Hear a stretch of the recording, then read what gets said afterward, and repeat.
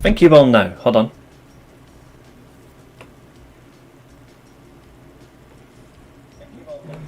Welcome one and all to your weekly Steelchair Collision review. Larkbark, hello, thank you for chopping in. Hope you're doing well wherever you are. We've already got 6 people in. Wow, it's piling up fast. How is everyone's Sunday? Obviously, for me, I got Rebellion several hours from now. So that'll be wild and of prosperity. I say that, but I got my number one pal right beside me. I got White Gengar, but we also have someone else to show, and this is something very important. And when you follow many things, where if you follow your heart, you follow your mind. A bit chilly. Well, at least you can. At least that's something. Always follow your mind.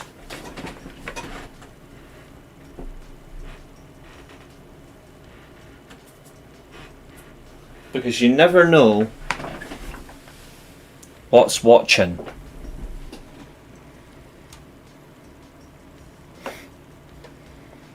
You never know what's there to answer your call to.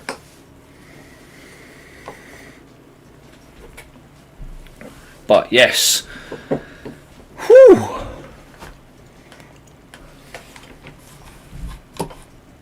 AEW Collision, eh? There's something strange with AEW right now.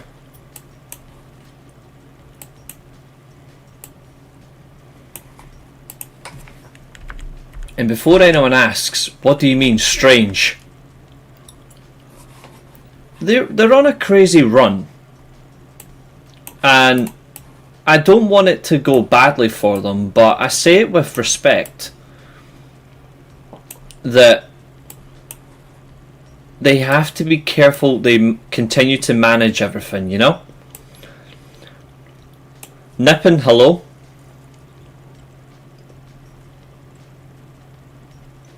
What's up, Fletch? That's a very interesting statement. Of course. I mean, let's do this properly. Hold on.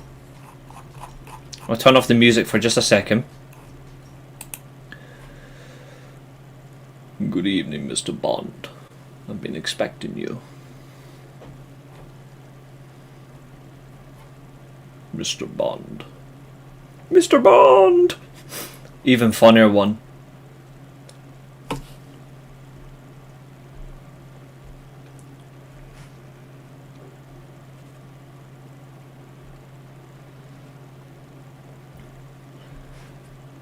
The final death of the classic Blofeld before they writ off the character. Mr. Bond!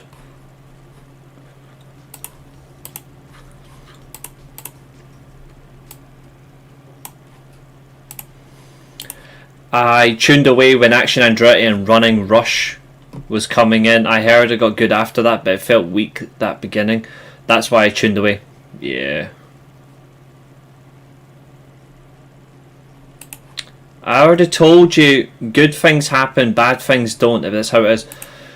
FTR versus Paragon was actually not so bad. Paragon won. FTR lost.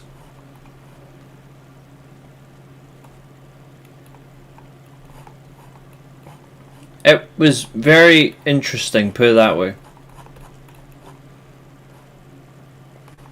Yo, Fernando, what's cooking? Sorry, FTR won, but it should have been Paragon. Sorry. They did it wrongly, and then they brought out that Muppet. What's his face? They brought out Daniel Garcia. But yeah, FTR won the match.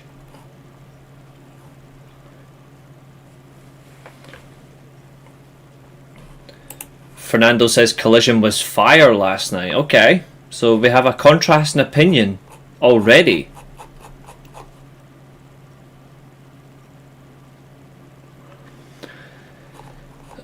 No, I think they're going to do something else with Daniel Garcia.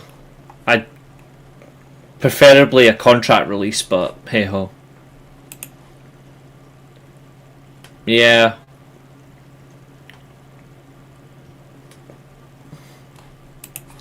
I'm going to say this in the best way possible. Collision was good for 60% of the show. At a stretch, 75%.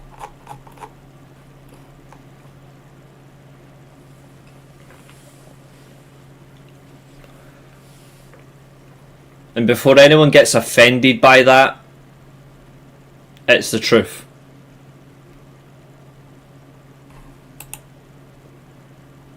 Depends on which one.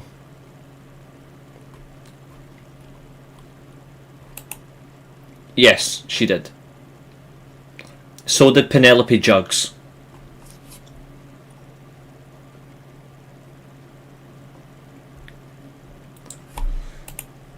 Ah.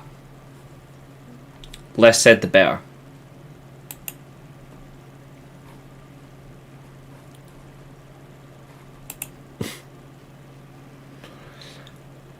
Even just focus on the Europa League can't undo what this season has led to. Yeah.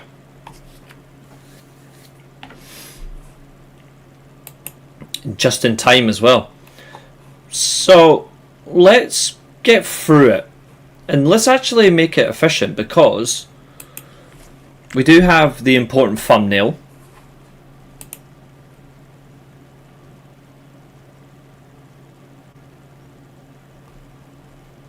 Again, that action of Swerve Strickland and wrestling in street clothes is cool. Not really. It's not really invalid, because we can still chant it, as can the scum up the M6. Sorry, the scum up the M1. The M6 is different. That's a different type of scum. Ford is worthless. Megan doesn't need her. Not exactly. Not exactly. She still has a role for her in that way. The problem is they're gonna make a mistake with Penelope Ford, and I've already seen it, and they've made a mistake. Up the shitty motorways anyway, put it that way. I'm never gonna drive on it, so I'm happy. Action Andretti and Rush next bodies for the Hurt Syndicate. Yeah.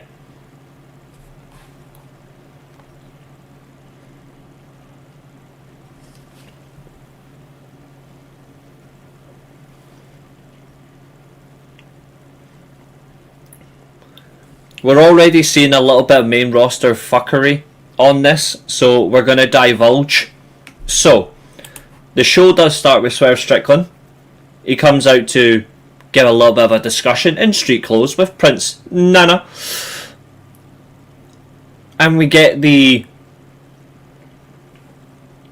excitement that is Swerve Strickland on the mic.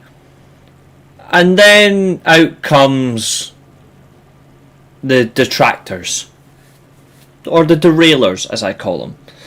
Out comes the Young Bucks, or just actually from now on, I'm not going to call them the Young Bucks from now on. I'm just going to call them the Bucks.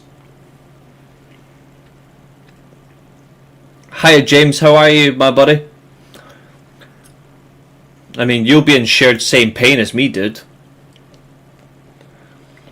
I'm just going to call them the Bucks from now on. So just the Bucks, not the Young Bucks or whatever, just the Bucks. The Bucks come out, they use their power and confirm that Swerve Strickland will have to wrestle in the opening contest of the show instead of later on in the show. Swerve in street clothing, where he looks incredibly dangerous, will wrestle Blake Christian, who has the most annoying nickname that you can get your hands on, with Vanilla Baby. Absolutely weird to call him Vanilla Baby, because Blake Christian is not boring. Now, if you've called Orange Cassidy Vanilla Baby, I would understandably believe that. But anyway, we do pick up. It was a decent pace. It wasn't overly great. It's not a Swerve Strickland masterclass. But he gets through it. Gets the win. Excellent win. In a seated mounted position. After hitting that incredible offense that he has. Oh, I know what it is. But that's not also what it means. It's also a term that means you're boring. Uncharacteristically interesting or exciting. But vanilla is that. And obviously I know the other options. Strawberry is just ginger. Or sunburnt. Oh mate, I feel sorry for you. Jack Cartwheel, less said to him the better. Yeah, I don't want this either. But it's going to be Anarchy at the Arena. And we all know Anarchy in the Arena matches aren't good. I will not... I'm saying this now, and if you want to come back to this when Anarchy in the Arena happens at Double or Nothing and you want to use it against me, I'm saying this now, no matter who is in the match at Double or Nothing, I don't care about Anarchy in the Arena. I'll say it one more time, slowly.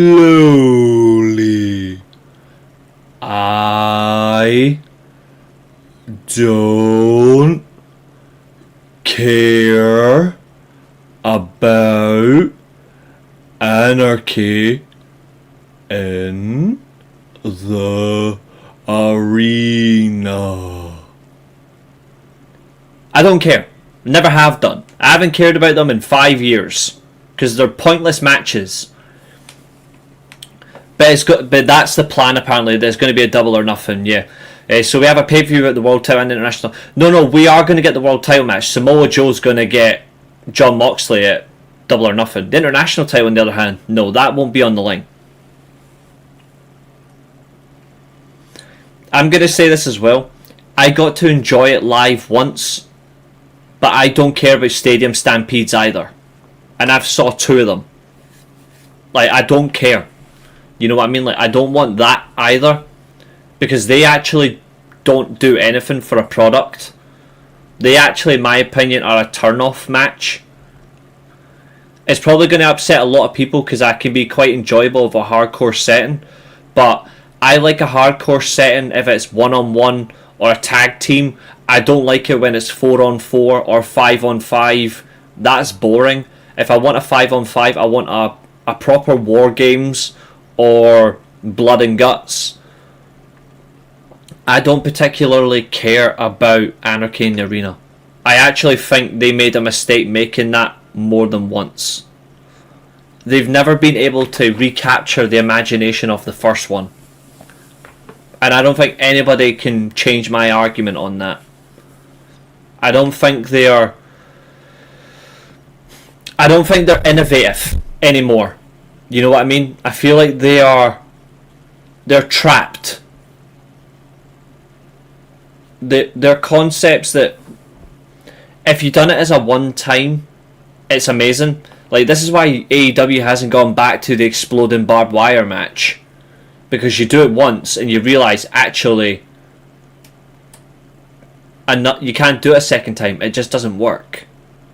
One time only, and it's beautiful. That's the important thing, is remembering what does work and what doesn't work, and what you can use and what you can enjoy. This is the manner of it. So we are unfortunately going to get Anarchy at the Arena, Double or Nothing. The talent involved are good, or the talent that are going to be involved are good. You know what I mean? But it doesn't change the fact that I don't want it. I can do with so much better things that actually offers to my enjoyment as a wrestling fan. See, James understands what I'm saying. Enough of them type of scenarios with multiple wrestlers in different areas in the match, because it's hard for a fan to keep focus. And here's a funny but important statement. You need to keep focus of your fans when it comes to these kind of matches. Now, if you've got a fatal 4-way, for example, and you've got 2 in the crowd and 2 in the stands, that's okay. Or 2 at ringside, and you're switching up, that's okay. But not when you're like 30, 40 feet apart, because then it makes it harder to view, and it doesn't feel good. Also on the show, during this situation, obviously, the Bucks make their way to the ring. They attack Swerve Strickland. Out comes Kenny Omega for the save. And then we get a fist bump between the 2 former world champions. Really good. I will say this, and this is what's unfortunate about this show.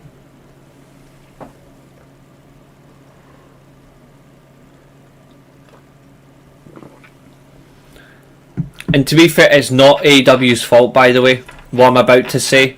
It's just an aftermath. But the AEW talent, in my opinion, are already coming in off a delay show because of the NBA playoffs. Now, it's not their fault. It was actually a very good ending between the Nuggets and the Clippers. But it doesn't help them that they're all ready to go, and that extra hour takes away from them some fun, but also some enjoyment from the crowd. So I do feel sorry in a way, but nobody fails to recover though. It's just that extra hour also takes away from certain fans. Like, UK fans are already preparing for 1 o'clock, not 2 o'clock. Me, on the other hand, I watched the first hour, and then I thought the best thing for me to do was to watch the rest when I wake up, so that's what I did. It was taped, but that's not the point, Catherine. That's not the point.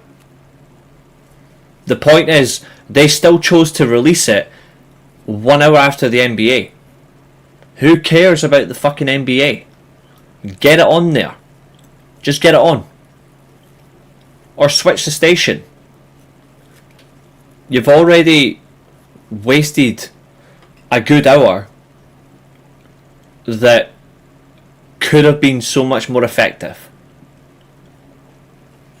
I know it was a taped show, but it still doesn't matter. You still lost a good, valuable hour. Highlight of this match as well, not just the win for Swerve and how he looked. To be fair, Time Warner own it. They could do what they like. Good thing about this match as well that I really enjoyed was the suicide dive. Again, Blake Christian, he makes sense for Ring of Honor. He ain't going anywhere else.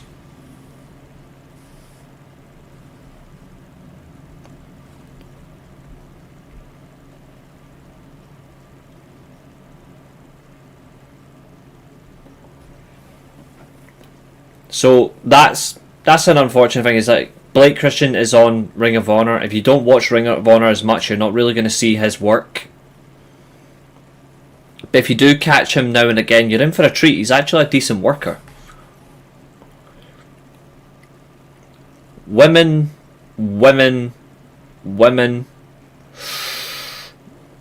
Okay.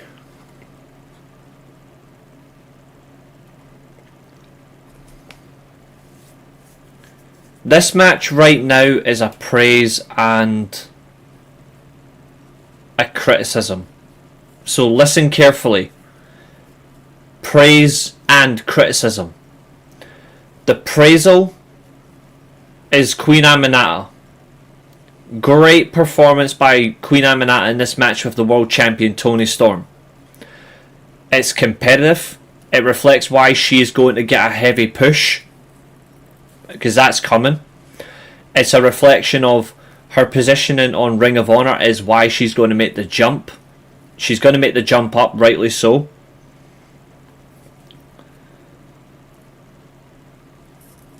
But the criticisms have to go to the world champion. Now, criticism number one.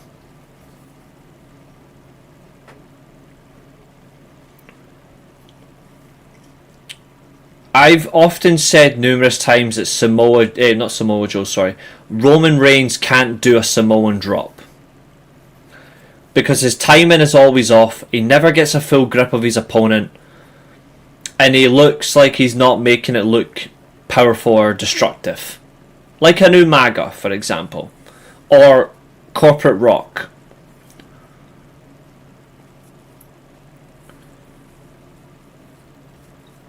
This is where I'm going to make the Toni Storm part criticise.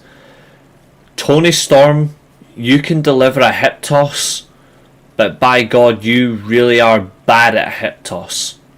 That hip toss on Aminata, if Toni Storm doesn't prepare properly, she's going to hurt someone with it. When you look at that hip toss in motion, she's not focused. She's not ready. She's actually off timing. She's off balance. That is not good enough. That is something you cannot have. And you're probably going to say, but it was actually prepared. No, it wasn't. Watch it again. It was really bad from the champion. And another bad thing from the champion, the STF.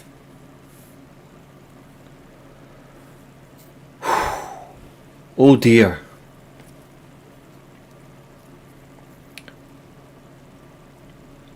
There's certain talents you can use a submission hold on and it feels right because at least you'll be able to use it correctly. Toni Storm struggled to put the STF on Queen Aminata. The way she bends the legs, like, that's not good. Like, that's a risk right there. There's reality and then there's stupidity. She's got to be very, very careful when she's using it on larger opponents than her. And I use larger in echelon of size, not weight. Or, in particular, height here, sorry. So, if it's a taller opponent, she really doesn't get it on correctly. If it's someone who's the same height as her or a little bit smaller, then the STF looks wonderful. So I think in reality we need to be careful with what moves Toni Storm uses because she could realistically get it wrong. And again, it's not a bad match. Before anyone gets all butthurt, it's not a bad match. I just have to criticise that the challenge, not the challenger, but she could have been the challenger if she had won the match. Toni Storm's opponent, Queen Aminata, was the best in this match. She didn't make a single mistake. And also, she's got a bizarre level of charisma that not many women has on either Ring of Honor or the AEW main rosters. She's actually one of the rare few that stands out. I like her mat work. And I like that she can combat that with a good brawling style as well. It's almost like she's the perfect opposite to Toni Storm.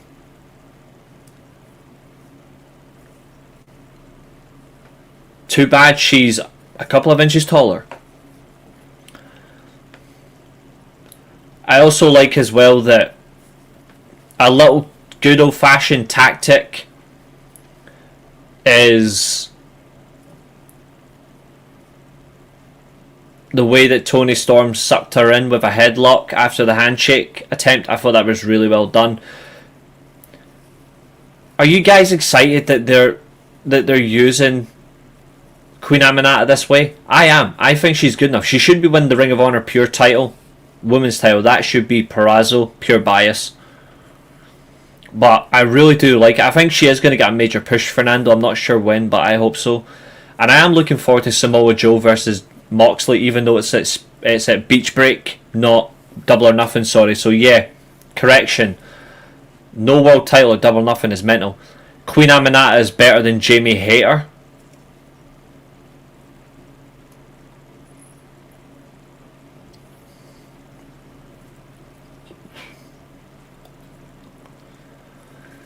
That's an interesting one. I think Jamie Hayter's really good, but at the moment, it's tough to call.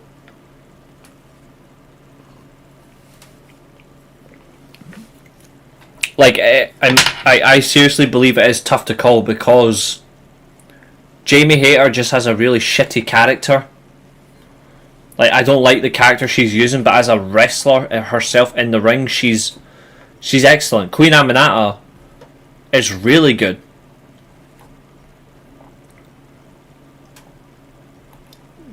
Rather exciting to watch, and I hope to see more of her on AEW now, not the Ring of Honor brand. She's too good for Ring of Honor.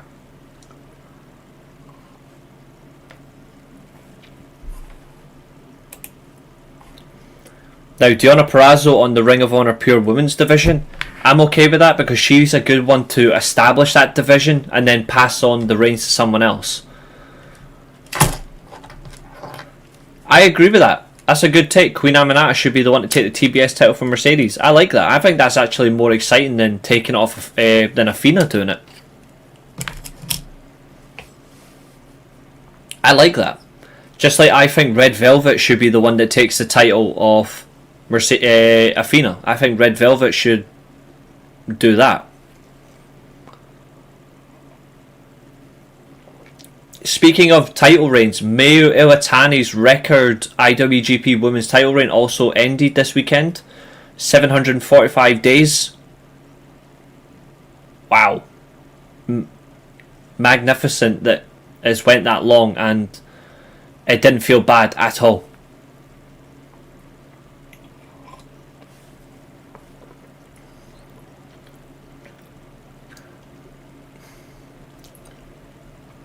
I have a strange question for everybody.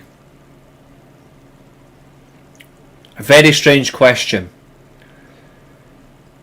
Show of hands, as an emoji, hands up emoji. Who was surprised that there were cheers for Max Caster yesterday? Well, last night. Who was surprised there were cheers for Max Caster? And not little fake ones, real ones.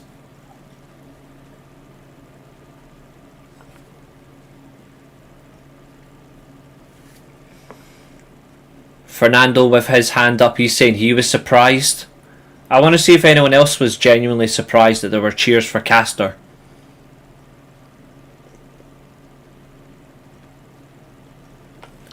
Fernando, thank you for being honest.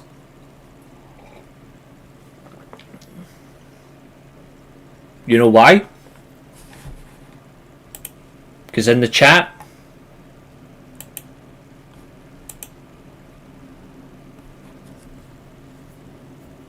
hand from me too. I was very surprised. And I actually think that's a big problem.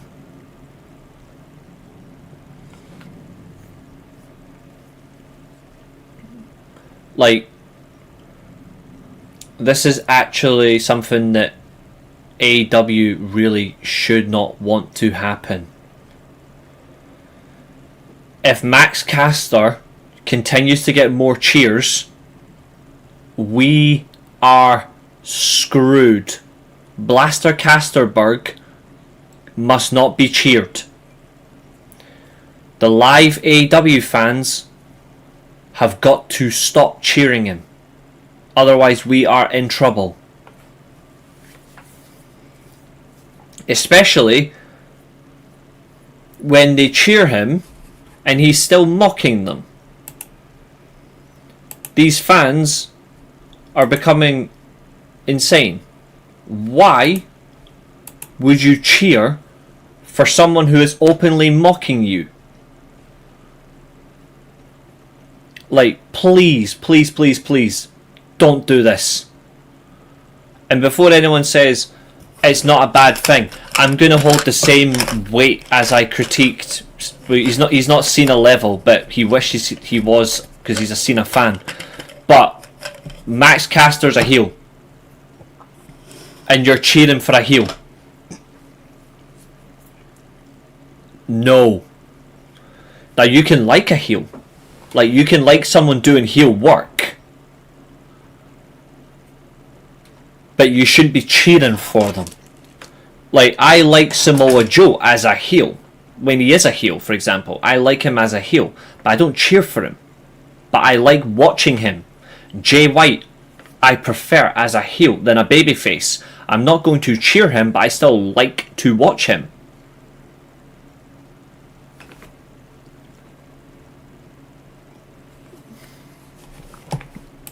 AEW fans can be weird. They put over Orange Cassidy and the Outrunners. Shake my head. I know, they cheering for the Outrunners was a disgrace. Horrible. Catherine, if this is your way of a cry for help, then it's not working. Especially if you're trying to give me the fear.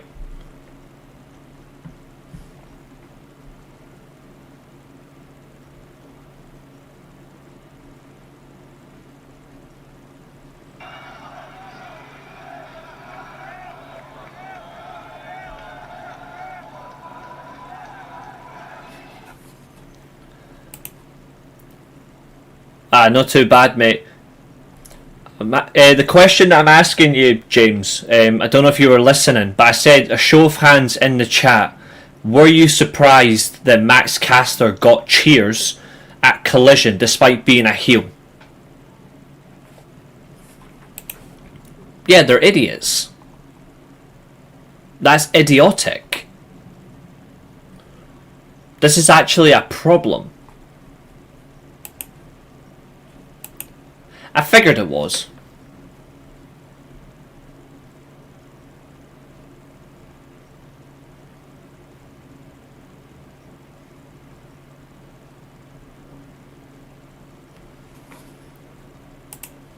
See, even James is doing it. Does it actually? You know what I'm going to ask? There's 9 people watching. 33 minutes in.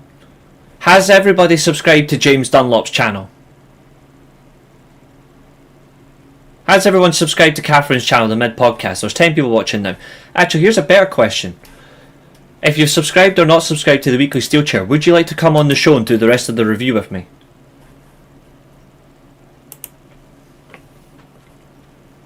Everyone's welcome. And also, please do hit the like button, guys. I would really appreciate it. Oh, she was being sarcastic. Don't worry. Max Caster likes to do his strange Max Caster is the best wrestler in the world bloody thing. That really is cringe. His open challenge was answered by Seattle Seahawks biggest fan, Hologram.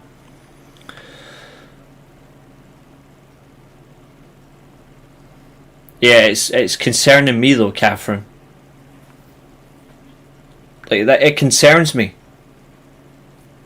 They're going to eventually start begging him to be a match going big winner. Like that's fucking scary. We can't have that. Like, we really can't have this. Like I say, I'll hold the same energy for every brand. Tonight I've got to watch potentially Moose retain his title and hopefully not want to shoot myself. I hate the fact, if he wins tonight, I'm going to be so angry. Even though I predicted it because of the stupidity. Anthony Bowens is the real star. Oh, hell yeah. Of course he is. And I like his new finisher. That haymaker is quality. Hologram, quick win, the portal bomb, the man teleported through time, he portals his way through the show. It's just like Orange Cassidy, except the guy's got a Dirty Sanchez mustache. We're in trouble.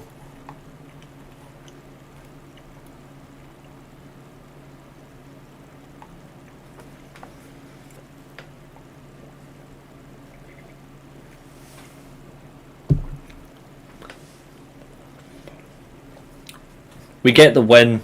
We move on. And we'll immediately jump into match number 3. Here's a serious question about this tag match. I hope they have Moose lose, and rightly to Leon Slater, because he's generally getting better crowd reactions than anybody in this match. Although, to be fair, if you've seen the community tab, Matt Cardona, he had the best tweet of the entire weekend. But, yes.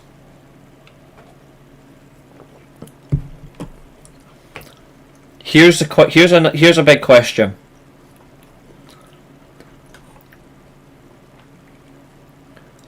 You look at Dante and Darius Martin versus the Crew. Top Flight versus the Crew. Are you annoyed that this is continuously happening? I know. The fact that he was on the longest ever contract and not Josh Alexander makes me puke. In terms of the current roster, obviously Josh Alexander's now gone, but when he was there, horrible.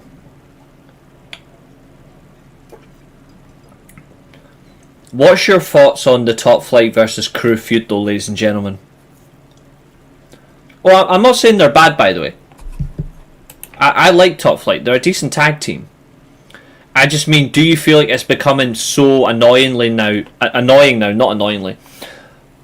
Actually, I can use annoyingly better. Annoyingly recurring. They seem to be doing it every week now, where we're getting the same matches. Do you feel like these guys are just meant to constantly be working together, even if it's singles or tags? Because I would like to see them work different opponents, but it seems like they always come back to Top Flight versus Crew. You know what I mean? I like both teams.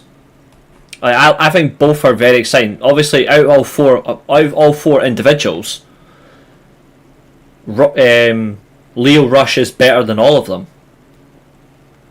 and it's not even close.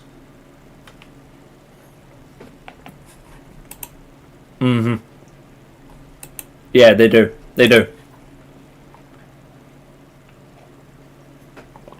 The match does get violent, obviously.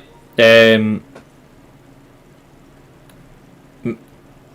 get lots of weapons involved. Kendo sticks come into play. They're probably going to get a shot, and then they're going to get screwed.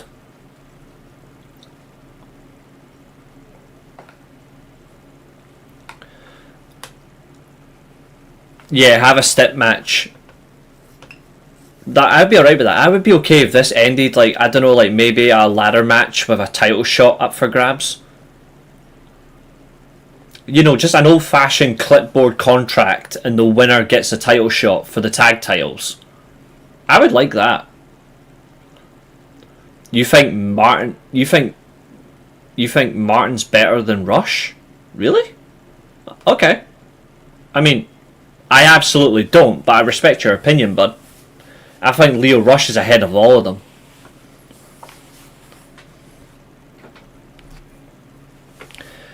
I know some people have liked this and found it funny. I didn't like that the bag was full of Mardi Gras beads. I know obviously it's relatable to the location, but I would have preferred if it was genuinely thumbtacks. I don't like that people are making all these gimmick bags. Like, I didn't like when Jericho done gimmick bags as well. I feel like that takes away from guys who pioneered that type of spot, like Mick Foley or Terry Funk. It kind of dilutes it for me, or even Abyss, when Abyss was at his best. So I have a bit of a distaste for mocking the thumbtack spot. I think TK like Top Flight, but don't trust them enough to put the belts on them. The only way you'll ever find out is if you ask him face to face, but we know that you can't ask a man a face to face question, Catherine.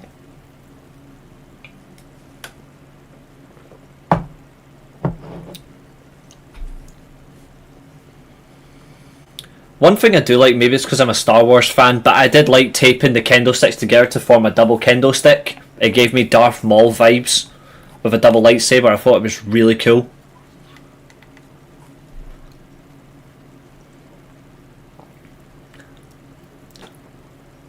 Solid match though, exciting talents. Again, this is where the show really recovered itself, because it was 50-50 at this point. The Max Caster challenge slowed the show down. The tag match, at least being Tornado Rules, saved it. Especially for what's next. Now, I know they didn't I believe they didn't review the show. I'm sure they didn't. I don't think they review it anymore, do they? Oh, NWA Power is also live right now, by the way. Oh, Velvet Sky's on commentary. Oh, my lord. I will be watching it after this. Velvet Sky on commentary.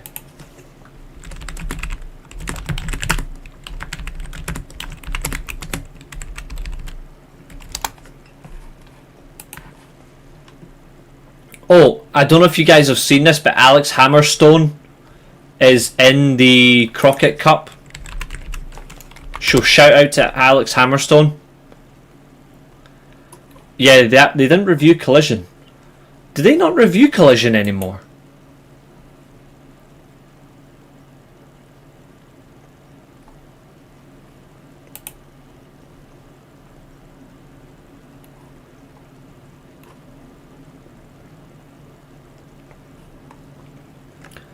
I actually think he's going to be a very good addition to the Crockett Cup.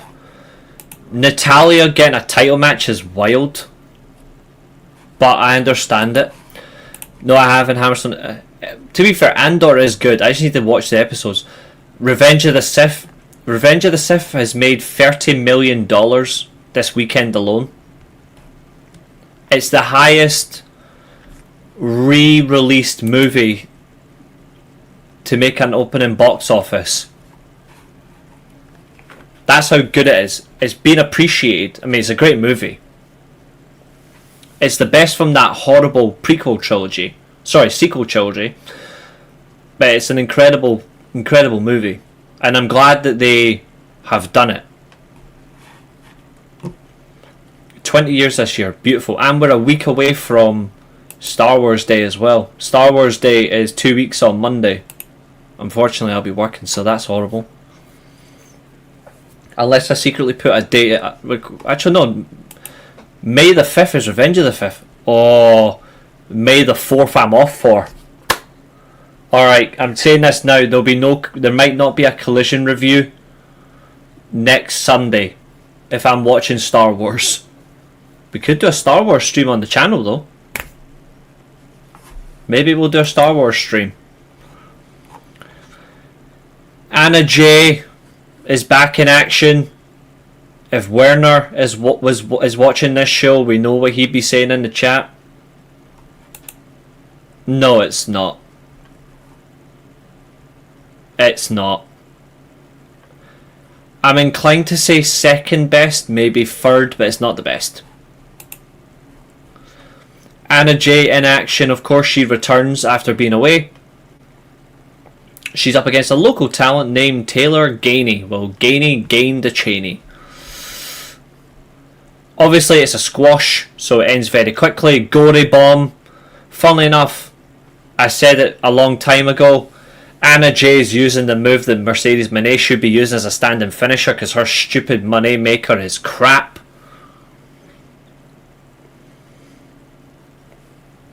Anna Jay obviously wins with the Gory Bomb and then gets attacked by Penelope Jugs and Megan Bayne. Well, we know what they're building to. An Anna Jay feud versus Megan Bayne, and it leads to Ty Conte, who I've become a fan of recently after rewatching her work. Ty Conte and Anna Jay reuniting to feud with Penelope Ford and Megan Bayne. Might actually be good.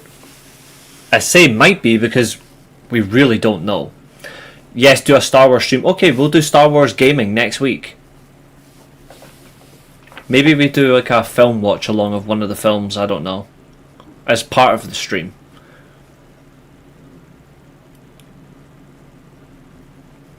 Who knows? The Ring of Honor World Title was up for line on the line up next. Bandido defending against Dralistico.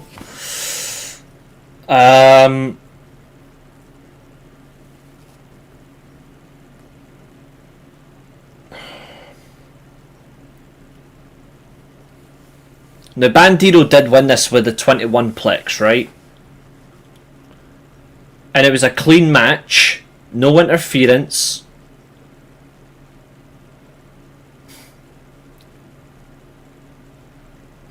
But was it necessary? Now I'm not taking it away. I thought the match was good. I'm just being truthful here. Was this match necessary for Collision?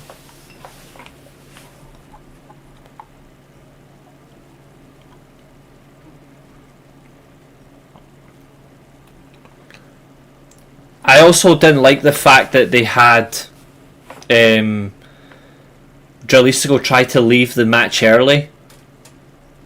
Like, that was weird. But it was fast paced. The backflip was cool. I just don't see why they had to put this on Collision. At least we know it's not going to be the Supercard of Honor matchup. At least we know that. But I'm not really popping for it. I don't think there's anything there. I don't know. It just seemed like it was out of place. Speaking of out of place,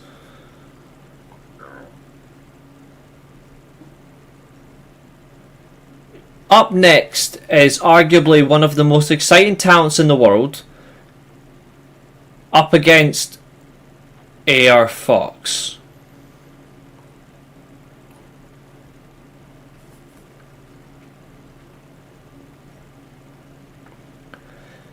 I'm starting to get very angry.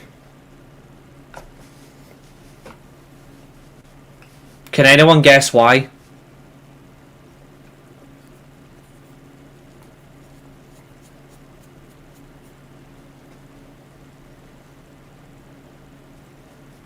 Can anyone guess why I'm starting to get angry by this match? And before anyone asks, it's nothing to do with the participants, even though I'm not a fan of AR Fox. There's a particular reason why I'm starting to get annoyed.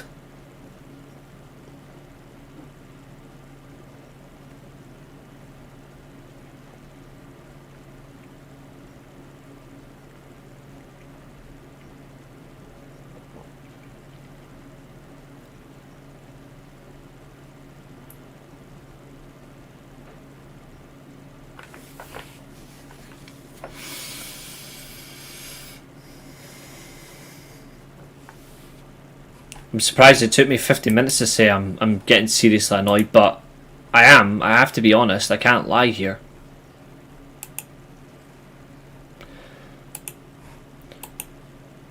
Essentially, yes. That's part of it.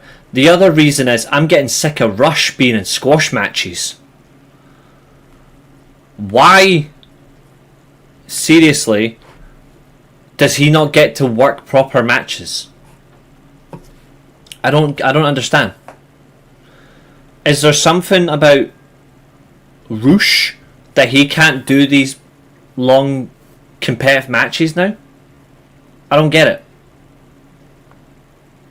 Like, what's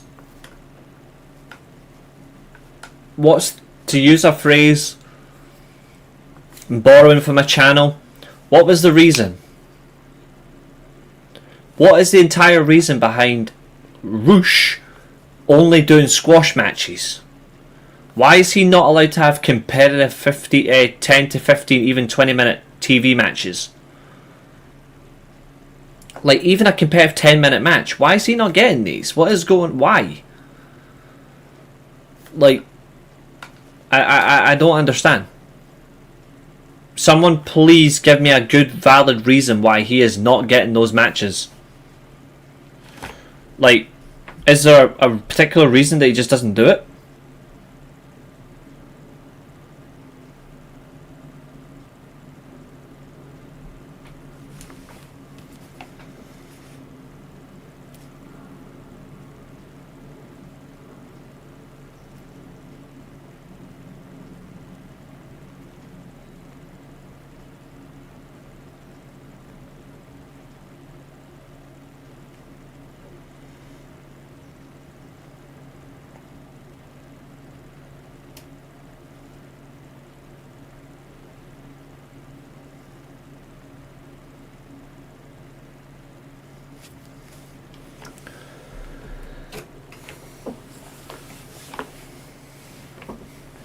Like, I really don't. I don't understand why he is in those types of matches. Like, he's good enough. He's got enough energy in the tank. He's a diverse worker. He actually works well.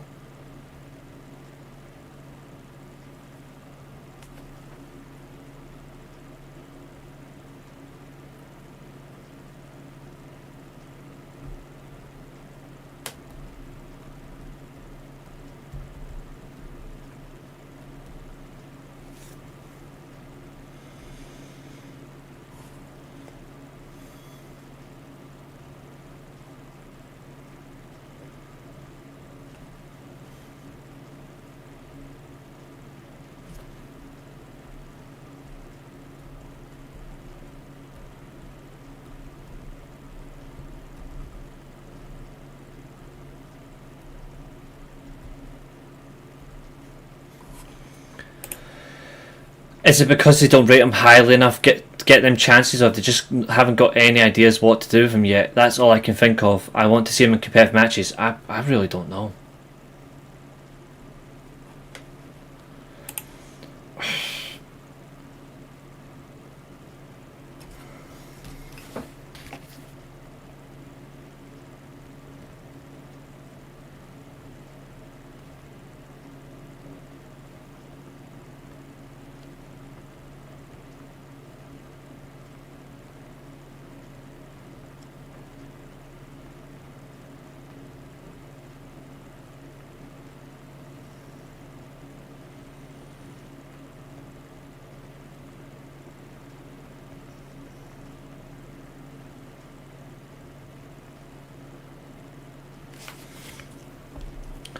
Realistically, he could hurt someone. But this is a serious question because I'm not overly sure, but I mean, Roosh was involved with the Vakur thing, by the way. Well, he was named. I don't know what his actual involvement is, but what is his record of hurting talent? I don't particularly know. Like, does Roosh have a bad record of hurting talent? Because I've never seen him genuinely hurt someone. Like, I'm not overly sure.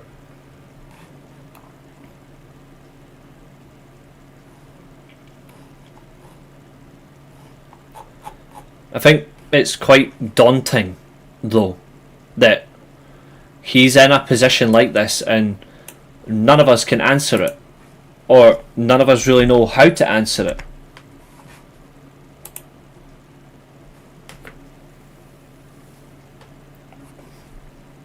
Wow, I can't believe I'm asking such a question now, because even I don't know.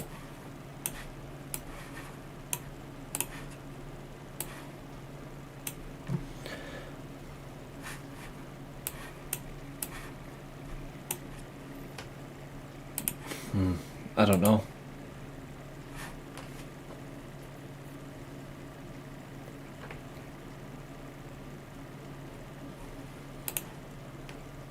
Because let's be real, and this is not me taking the piss, by the way, but see, when you look at the AEW roster,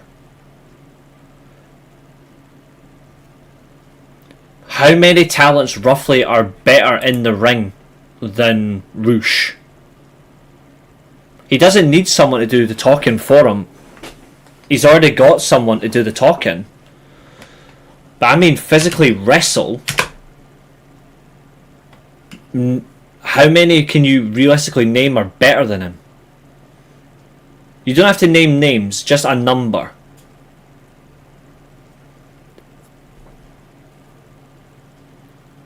What, 5 maybe? That's it? 5 or 6? From the active roster? Maybe 7? I don't think it's higher than that.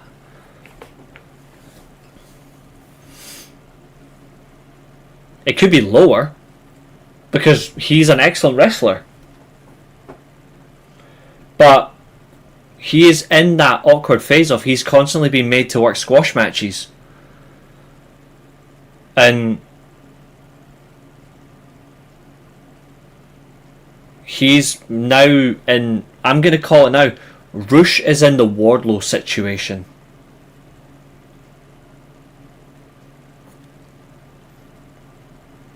Talented big man, can work matches. You just keep him in squash matches. You don't take a risk and you lose out. Like they're gonna lose out with this guy. They've got to be so careful. A talent only gets so patient before they back out and they go, I want something different.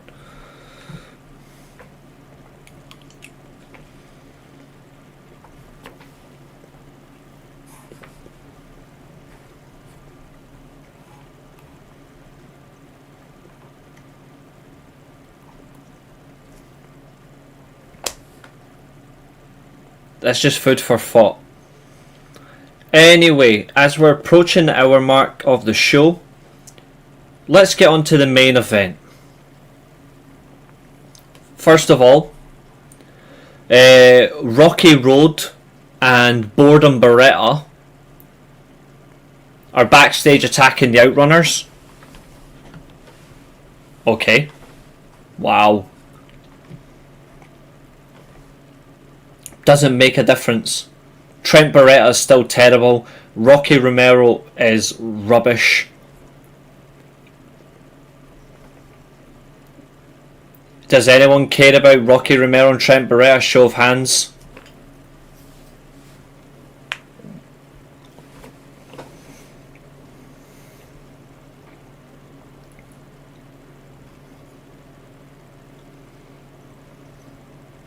Exactly. See, the live chat understands. They know the assignment.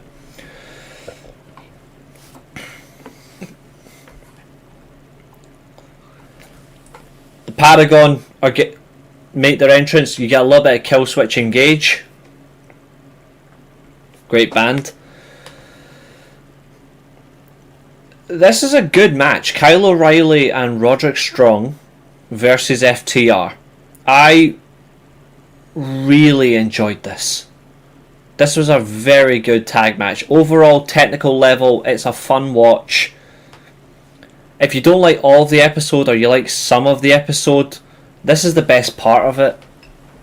This one tag match is just, it saves the understanding of tag team wrestling. It's exciting, but also it knows its place. It doesn't have to try so hard. It doesn't have to take an over-exaggerated approach. It's just 4 talents wrestling each other for the sake of who's the better tag team.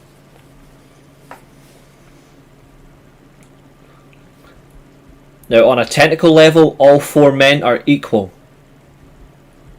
Remember that. All 4 men, in terms of technical basis in this match, are equal. But in terms of the striking, Kyle O'Reilly eclipses all of them. He's levels ahead when it comes to striking. That's something that the likes of Dax Harwood, Cash Wheeler and Roddy Strong just haven't got in their locker, is the striking ability of Kyle O'Reilly. He's one of the best strikers in wrestling.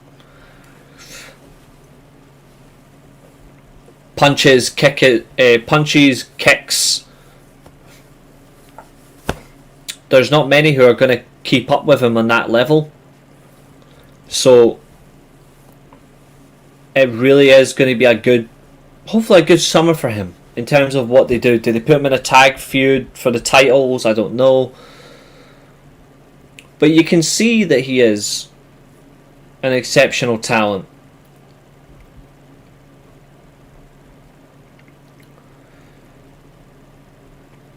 FTR, again, after the heel turn, theoretically they're still finding their place, and they've had some decent segments the past couple of weeks. Obviously this is their first major match since turning heel. They didn't really disappoint. I mean, using the steel steps to try and injure Roddy, again, that's textbook. Using your environment to try and break your opponents. And then obviously they follow up with very solid way to win. The spike pile driver to this day is still one of the best tag team finishing moves you're going to get your eyes on. I liked it, really good. It's just unfortunate that the standout in the match was Kyle O'Reilly, and it was Kyle O'Reilly that took the pin. Adam Cole makes an appearance. Then Daniel Garcia, obviously, he comes out with a crowbar. And he grabs a mic, God help us all, and he says he's going to torment FTR. And Stokely Hathaway, who doesn't fit, runs away with FTR. Weird ass fucker.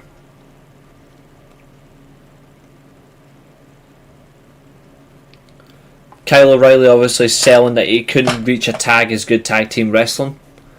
It's not so bad.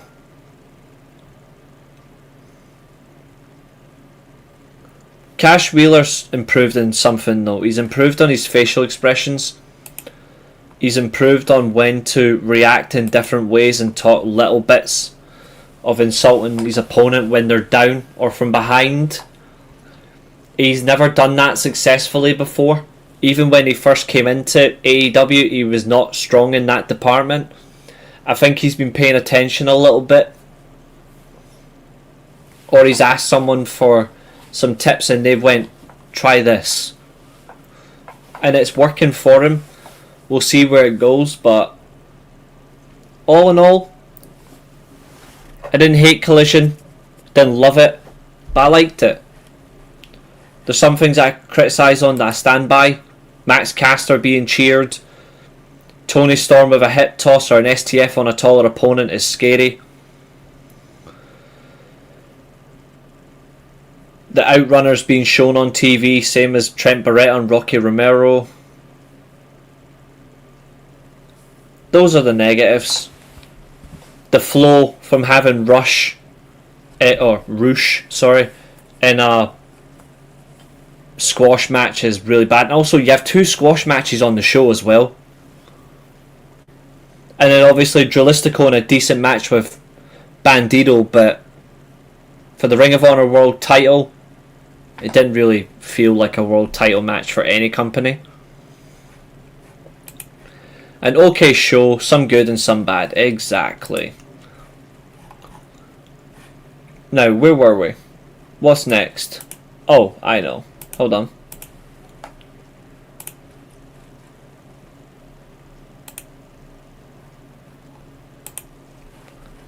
Ladies and gentlemen, you know what this means.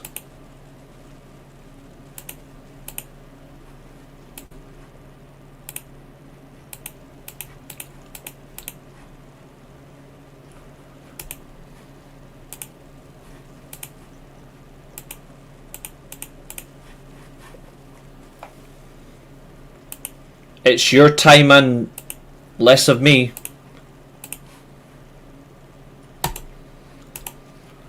Your 10 minutes of Q&A. So ask whatever you want to ask before we wrap up the show tonight.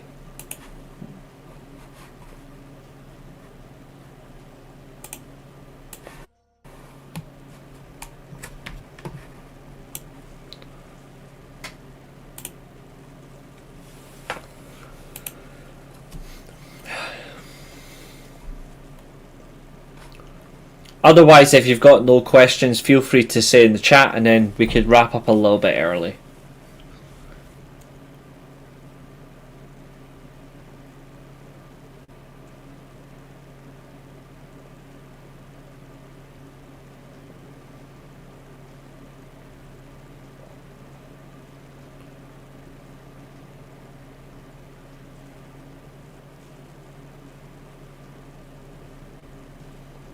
always feel.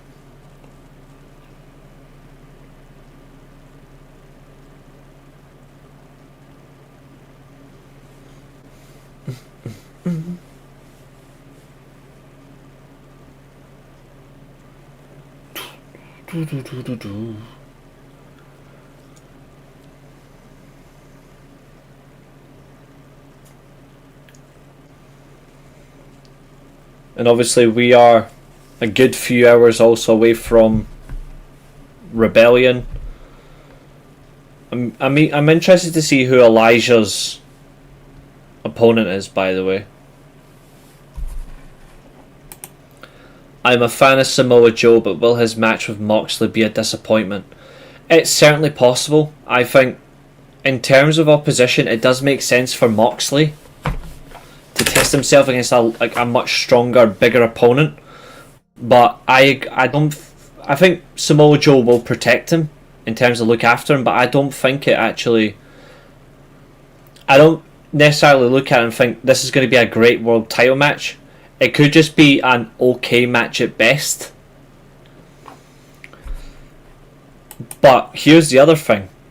This is potentially going to be the last world title match for Moxley before All In, when he faces the winner of the Owen Hart Cup tournament.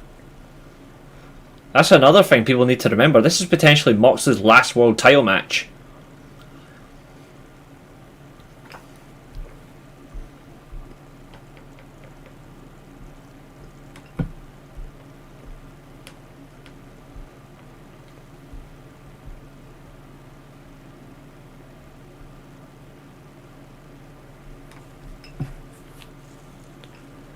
Let me just check. If Napoli lose today, then we're 4 games away from the playoff match. But if Napoli win today, then it can't go to a playoff. They've just kicked off, and Inter Milan lost to Roma. Roma are like 19 matches unbeaten. 18, 19 matches. I think that's absolutely crazy.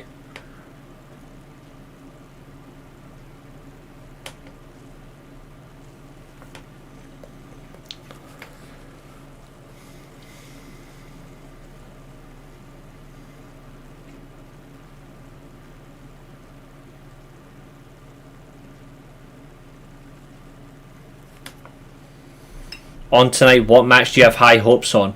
Mustafa Ali versus Mike Santana for me is going to be the match of the night. I think Blanchard versus Masha is going to be very good. Ultimate X, if Moose wins, the match will be great. I'm not so keen on the Fatal 4-Way women's match for the Knockouts tag titles purely because the Elegance crap are probably going to retain it, and if they do, ugh. Macklin versus Eric Young has a chance to be a sleeper match. I think people are going to overlook that one. I think it'll be quite good. The world title match, no matter what, they have to make the they have to make the jump. They have to have Kazarian leave as champion.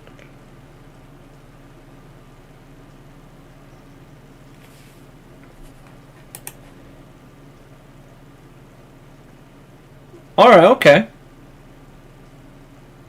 Fair enough.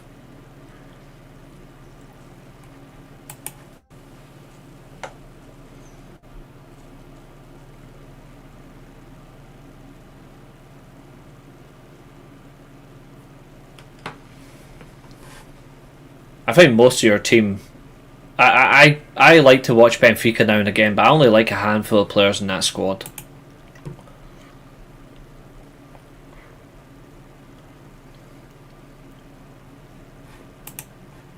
I've seen him play numerous times. I like him. He's a good player. He's one of the few that I like.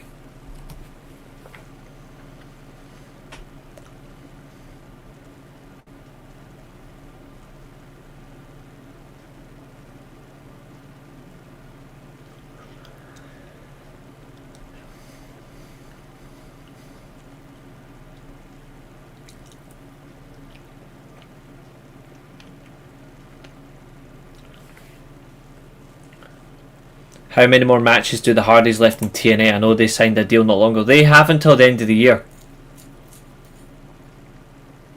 Same as Joe Hendry. Their contract runs until the end of the year, but WWE are going to buy out Joe Hendry's contract. This is the last part of the Q&A before we wrap up. Like I say, at the end of every show, you get a 15-minute period to do a Q&A.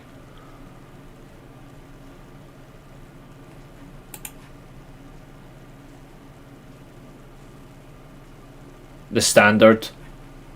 It's just not fun. Probably. If TNA let his contract get bought out because they'll have no other option anyway, they're stupid, but because he's injured and WWE are going to buy his contract, they should still have the title change hands tonight. Just do it. Yeah, it's tonight.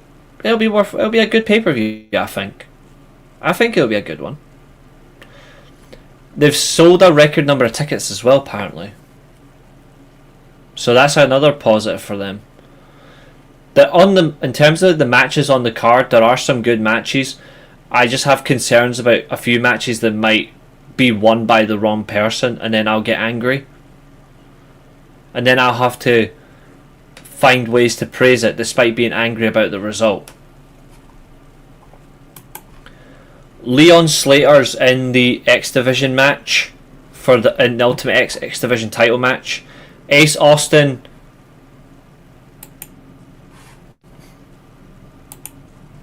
well, not really.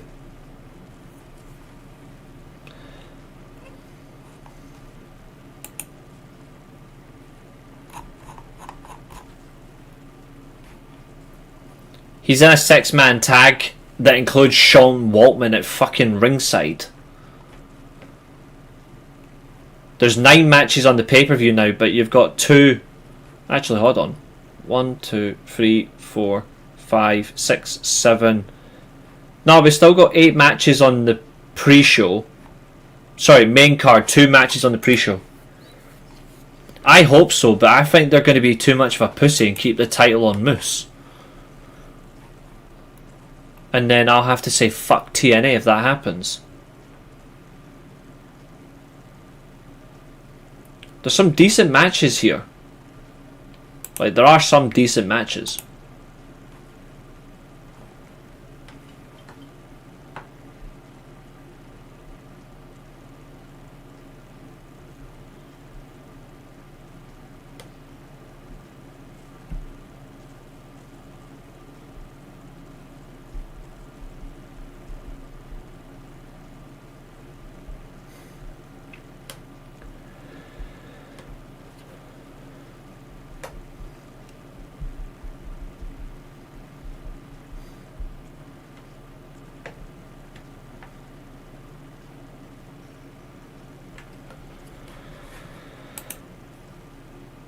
I haven't seen any rumours. Whoever's in the...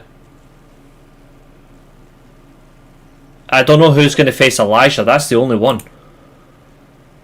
What's now for Chris Jericho? If he comes back to AEW, he should just be a creative writer. Other than that, stay with Fozzy. Don't come back.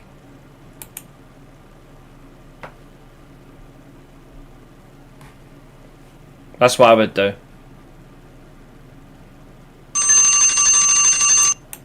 And with that, ladies and gentlemen, is that.